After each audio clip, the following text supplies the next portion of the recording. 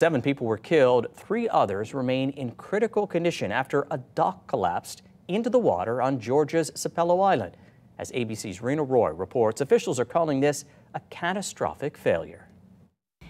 The tragedy unfolded Saturday afternoon at the Marsh Landing Dock on Sapelo Island, 60 miles south of Savannah. Here at the Sapelo Ferry dock, Sapelo Ferry. The Georgia Department of Natural Resources says 700 people were visiting the island for the annual celebration of the Gullah Geechee community of descendants of enslaved Africans. Heartbreakingly, these celebrations ended in a tragedy as a gangway that led from the dock to the ferry collapsed and approximately 20 people fell into the water. Beverly and Irvin Jones were on the gangway. Irvin says he felt the dock start to slide, so he jumped. The 2 girls behind me, they fell in, the whole ramp fell in, collapsed.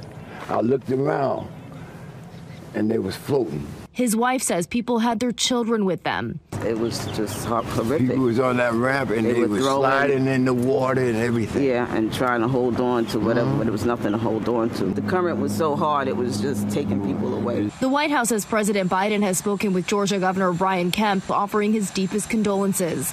Vice President Harris thanking first responders. Our administration has been in touch with state and local officials to offer any needed support. And I know on behalf of all of us here that we pray for all of those who are affected. Officials say the dock was not hit by a boat. It is a structural failure.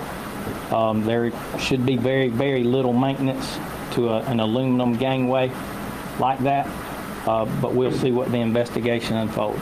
The gangway was installed in 2021. The Department of Natural Resources says they are not aware of any previous complaints about the infrastructure. Rena Roy, ABC News, New York.